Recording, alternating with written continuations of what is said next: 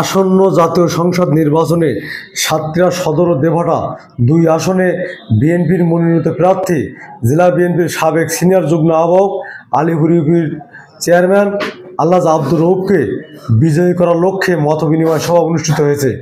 সদর উপজেলা ঝাউডাঙ্গা ইউনিয়ন বিএনপির আয়োজনে মঙ্গলবার রাতে আলীপুর নির্বাচনী অফিসে বক্তব্য রাখেন বিএনপি নেতা শিবপুর ইউনিয়নের বারবার নির্বাচিত চেয়ারম্যান আব্দুল মজিদ, ঝাউডাঙ্গা ইউনিয়ন বিএনপির সভাপতি সাবেক চেয়ারম্যান রফিকুল ইসলাম, সাধারণ সম্পাদক কামরুজ্জামান রানা প্রমুখ।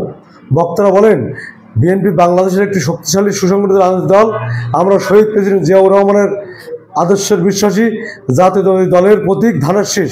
আগামী নির্বাচনে সকল ভেদাভেদ ভুলে গিয়ে ধানের শীষের প্রার্থী আলহাজ আব্দুর রউফকে বিজয়ী করতে হবে। এ সময় ঝাউডাঙ্গা ইউনিয়ন বিএনপির বিপুল সংখ্যক নেতাকর্মী উপস্থিত ছিলেন।